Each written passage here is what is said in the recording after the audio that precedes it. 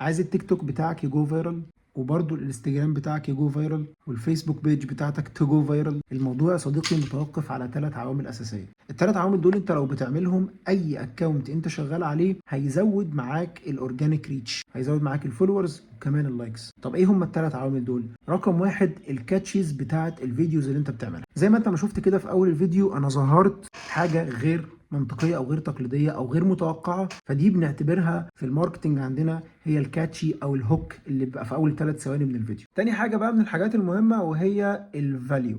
لازم تقدم فاليو في الفيديوز بتاعتك، لازم تقدم حتى دوكيومنتس، لازم تقدم فري تو، لازم تقدم كونسلتنج لو انت مثلا مدرس، او لو انت حد بيقدم سيرفيس، فلازم تقدم فاليو في الكونتنت بتاعك. ثالث حاجه بقى، وانك اوعى ثم اوعى ثم اوعى انك انت تقدم محتوى بيعي بحت. لو قدمت المحتوى البيعي البحت، الالجوريزم بتخسف بالاكونت بتاعك الارض، وبتفهم ان انت بيزنس من غير ما تفيدهم بادز او من غير ما تفيدهم باعلانات. فاوعى ثم اوعى تقدم محتوى بيعي. بس كده. لو عايز النوع ده من المحتوى سيب لي فولو واعمل لي كومنت لاي استفسار.